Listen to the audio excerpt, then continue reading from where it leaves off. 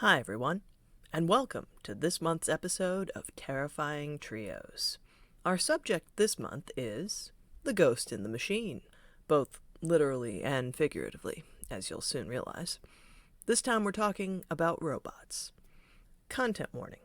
The following movies and books contain graphic scenes of violence, including death and murder, dismemberment, blood, gore, child endangerment, implied child murder, cannibalism, a demonic ritual, and more. Also, this recording contains spoilers of the books and movies discussed, and for those interested in ratings, Willy's Wonderland is unrated. Megan is rated PG-13, and the Murderbot Diaries are, being books, unrated. Viewer and reader discretion is advised. Our first film this month is Willy's Wonderland.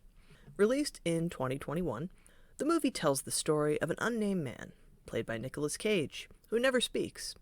He finds himself trapped in a small town while his car is being repaired, though we later learn that this was no accident. At the start, though, all we know is that in exchange for car repair, the local garage doesn't take credit cards and the ATM is broken, our hero agrees to work overnight as a janitor at Willy's Wonderland, which was once a popular family pizza restaurant featuring games and animatronic characters. While the business has currently fallen into a state of disrepair, the owner, Tex McAdoo, assures our hero that he's going to reopen Willy's Wonderland. That's why it needs to be cleaned. And locking the place up just ensures that no troublesome teens break in to try and vandalize anything. Resigned, Cage's character agrees to the deal. His car is taken to the local garage, and he begins to clean Willy's Wonderland with nothing at his disposal except cleaning supplies, a uniform shirt, and the soda he retrieved from his car. Meanwhile, a girl named Liv is determined to break into Willy's Wonderland and stop the horror that's coming. Sheriff Lund, who took Liv in after her parents died, attempts to trap her in their home, but her friends arrive and free her before heading into town to Willy's Wonderland. The teens know that people have died in this place, and they want to somehow destroy it before it can claim any more lives. But their plan to burn the building to the ground changes when they realize that Cage's character is inside. So, they break in via an access panel in the roof. Or rather, Liv breaks in and her friends eventually fall through the roof. Liv is determined to get the janitor to leave the building before burning it down. We never get a name for Cage's character, by the way. He is simply credited as the janitor. We soon learn that Liv's parents actually died at Willy's Wonderland, because this is no ordinary pizza place. It was, in years past, the meeting spot for a cult of murderous cannibals, who used the business as a cover to kill people. When it was clear that they would soon be caught, the killers performed a bizarre ritual that, after death, allowed their souls to reside inside the animatronics at Willy's Wonderland. Now, years later, the creatures demand sacrifice from the town. The deal is they'll stay in the building, but only if fresh victims are periodically delivered to them.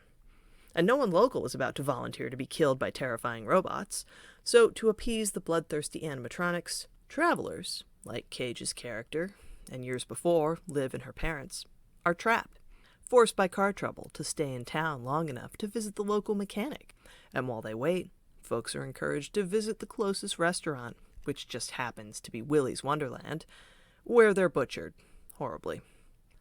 Given that the townsfolk know about this situation, one might reasonably wonder, are Liv and her friends really the first folks to consider arson?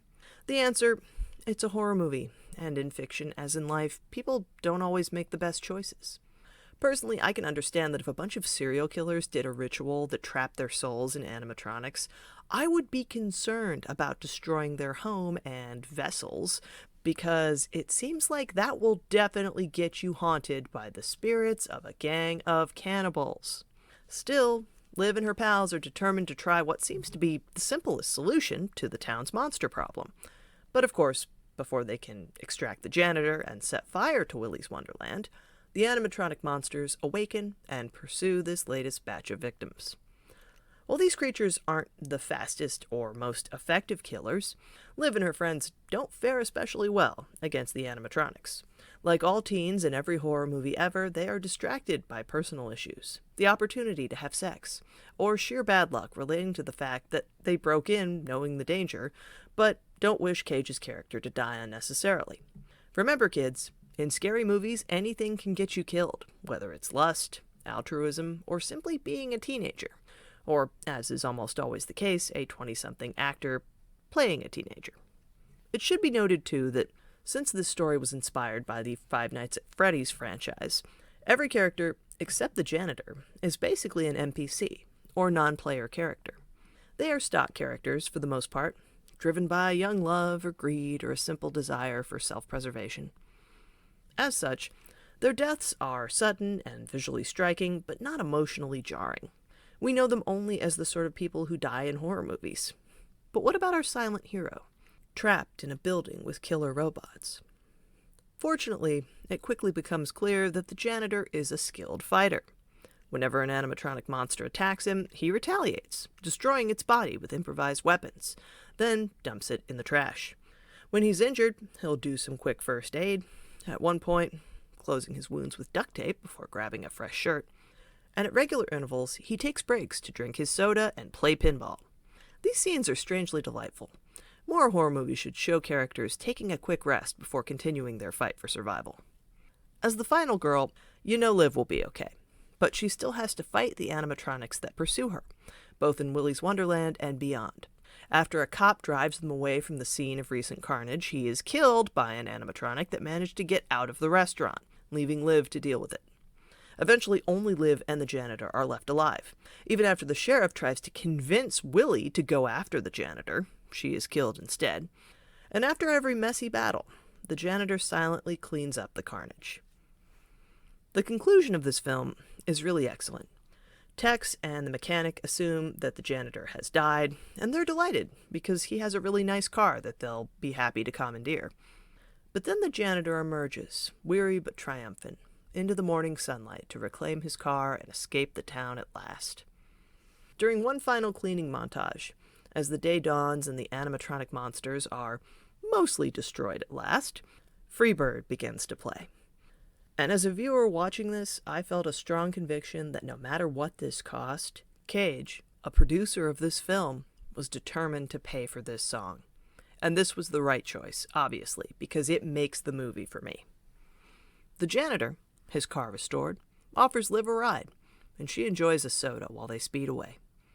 Then Tex and the mechanic are killed by the remaining animatronic monster, Sarah, after she douses their car in gasoline, starting a fire before all three are destroyed in a huge explosion that also claims Willy's Wonderland.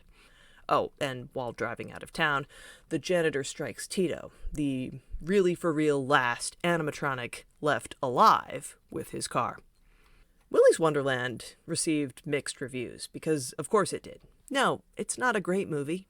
It's a boilerplate slasher film that's great for people who wanted there to be a Five Nights at Freddy's movie but don't want to support the creator, who's apparently a jerk. But it's a really fun movie, and often that's all I want. In writing this, I made myself want to rewatch Willy's Wonderland, and it's still a delightfully bloody romp the second time around. Nicolas Cage is the rare actor who could pull off this role. Silent except for the occasional sigh or quiet grunt of assent. Strangely cool, but also put upon and eager to drive into the sunset. Come for the well-designed animatronic monsters, stay for Freebird, and enjoy a soda while you're at it. I rate this movie 3 out of 4 severed robot heads. Our second film this month is Megan. After her parents die suddenly in a car accident, 8-year-old Katie goes to live with her aunt, Gemma. Gemma is a busy engineer at a toy company.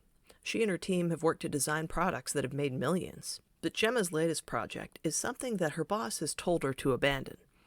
A realistic humanoid doll that can talk and move like a human child. The idea behind this creation solidifies as Gemma struggles to care for Katie. Parents need help, and kids need friends, especially in times of transition like Katie's currently experiencing. Of course, this pair are uniquely traumatized by the sudden death of loved ones, but Katie's connection with Megan seems useful at first. For Gemma, she needs help in her sudden role as Katie's guardian, and with some tweaks, and after spending time getting to know Katie a bit better, Gemma can clearly see that her niece needs comfort and reassurance. Thankfully, some of this comes from a qualified therapist, but in Gemma's pitch to her boss, David, Gemma demonstrates that in helping Katie to remember her mom and grieve the loss of her parents, Megan isn't just a toy or a human-like robot. She may be the most important thing a family can buy for their child. She can teach, protect, and support kids like nothing else can. Of course, things soon take a dark turn. It turns out that Megan will do whatever is necessary to fulfill her programming and protect Katie. Things escalate quickly. When a neighbor's dog attacks the girl and her doll, Megan returns at night and kills the dog.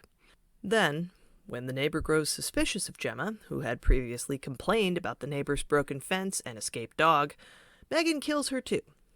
At an event for students at the school that Gemma wants to send Katie to, a boy bullies Katie and steals Megan, who, unsurprisingly, kills him too, making his death look like an accident thanks to a passing motorist. As the day that Megan will be introduced to the general public approaches, Gemma grows wary as she observes changes in Katie and Megan. She and her team can see that things aren't quite right with this supposedly perfect android, and Gemma finally recognizes that Katie's anger and attempts to cling to Megan aren't just about the doll being her friend. She's grieving, and that's not supposed to be a tidy, easy process. It's hard to lose the people we love, and at 8 years old, she's just lost both of her parents. Of course she's struggling. What would be unhealthy is if she were to just go on as if everything were fine. Gemma sees that Katie needs to actually mourn her loss instead of using Megan to distract her, so they leave the toy company event celebrating Megan's release and go home. Megan, seemingly restrained by Gemma and her team, reboots herself and decides that she's not interested in being a docile product for consumption. She's going to do what she was made to do, be with Katie, and she doesn't care what it takes.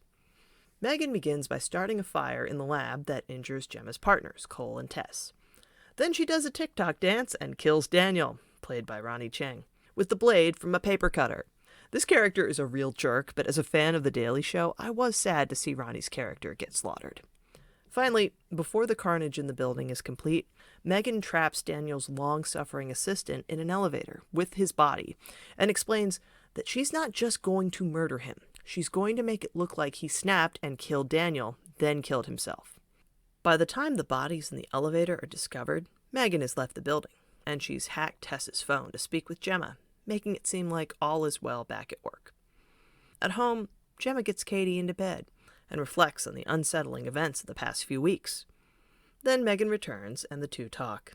Gemma is understandably frightened, but she tries to stay calm as she realizes that she can no longer turn Megan off or take control of her. The two have a quiet physical fight because Katie isn't actually asleep, and at this point, when she wakes up, Megan doesn't want to reveal her murderous intentions to the only human she seems to really care about. Megan's proposal to Gemma is this. They can either work together to care for Katie, or Megan will injure Gemma to the point that she'll be paralyzed, and then Megan will have to care for them both. Gemma is able to eventually make it to her workshop, where she has plenty of tools to fight her creation, but Megan is strong, fast, and doesn't feel pain. Fortunately, Katie appears, and Megan offers her an ultimatum too. They can be friends forever, if she'll just let Megan get rid of Gemma. Katie seems to agree, but then she uses the robot that Gemma built in college to destroy Megan's body. Gemma and Katie hug. If nothing else, this whole trauma has brought them closer together. And outside, the police arrive with Tess and Cole, who are injured but still alive. Meanwhile, while everyone is outside talking, the audience can see that Megan has uploaded herself to Gemma's smart home device, and then the film ends. How does Gemma not end up immediately in jail for building a robot that killed people? Are Tess and Cole also on the hook? Maybe they're not brought up on murder charges, but it seems pretty clear that we're at least going to be talking manslaughter in the sequel. Or maybe the toy company will try and cover the whole thing up. With enough money paid to the families of the victims, maybe the problem of a murder doll really will just go away, especially since Megan was a prototype and hadn't been approved for manufacture just yet. However, corporate espionage, which involved Daniel's assistant sending the plans for Megan to another company, means that, in the interest of making more movies, this isn't the last we've seen of killer dolls by any means. Megan received rave reviews, and with good reason. Without much gore at all, it's an extremely entertaining and unsettling film that was made for $12 million and makes great use of practical effects. Move over, Annabelle. You're no longer cinema's scariest doll. I rate this movie 2 creepy toys out of 2. The Furby knockoff that Katie has at the start of the film, which Gemma also designed, is deeply disturbing as well.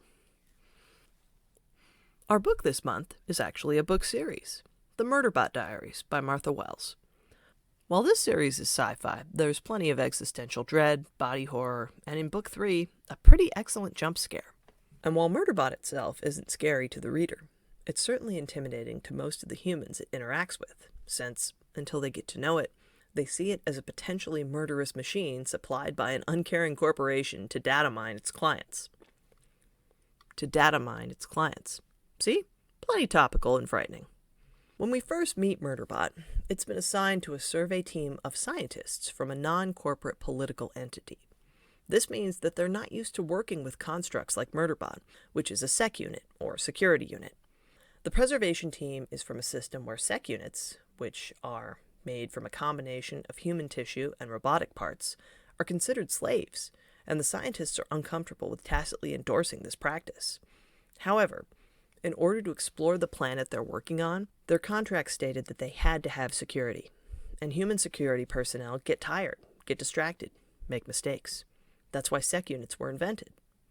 So, in spite of their protests, they have a sec unit, who secretly calls itself Murderbot, protecting the group. Murderbot, for its part, doesn't really care about its job. After an incident that was deleted from its memory, and which involved the deaths of a lot of humans, it hacked its governor module, the part of its brain that forced it to obey humans in the past. Now it can do whatever it wants. But it just wants to watch the media it secretly downloads and finish its current, boring contract, because revealing what it really is, a rogue unit, will get it stripped for parts. Boring contracts are fine. These humans like each other and get along, so there are no fights to break up. But one day, while 2 members of the team are taking soil samples, a giant creature bursts out of the ground and nearly kills a scientist. Since Murderbot has guns in its arms, it's able to drive off the massive fauna and rescue the scientists in the crater. It's badly damaged in the process, but it's able to fix itself in a repair cubicle back in the habitat. 2 problems are now obvious, though. First, there wasn't supposed to be any fauna on this planet big enough to harm a human. None of the information that the survey team received included this important detail. And while there's another group of people on the other side of the planet also working on a survey contract, when the team contacts them about the dangerous creature in the crater, they never get a reply. The second problem is this. Humans, especially the leader of the team, Dr. Mensa, are now talking to Murderbot.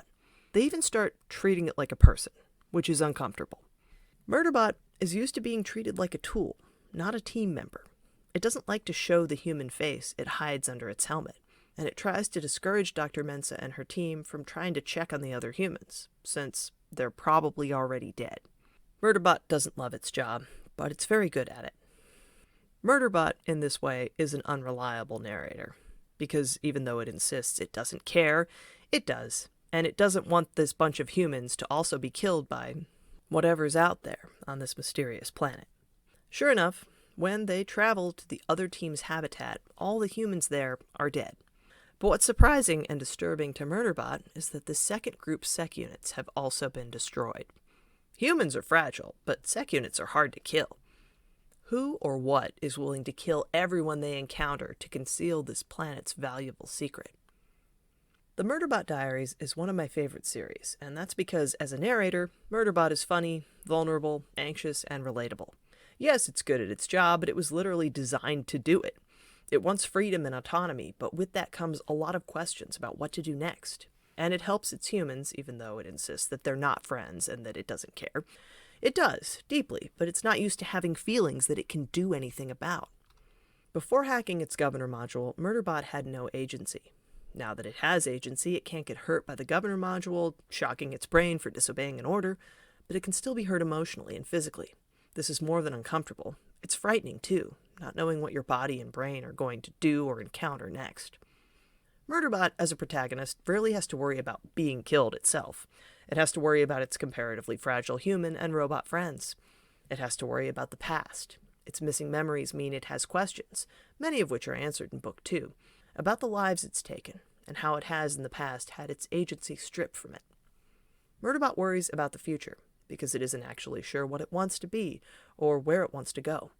Security work is what it knows, but freedom means facing down the existential dread that most sentient beings have to face throughout our lives. The thing about robots is that we built them. Humans, in every instance in these stories, created the machines that become willing or unwilling killers. And that's what makes them frightening. Robots themselves, even when they're sentient, are scary because we are, or at least can be, under the right or wrong circumstances.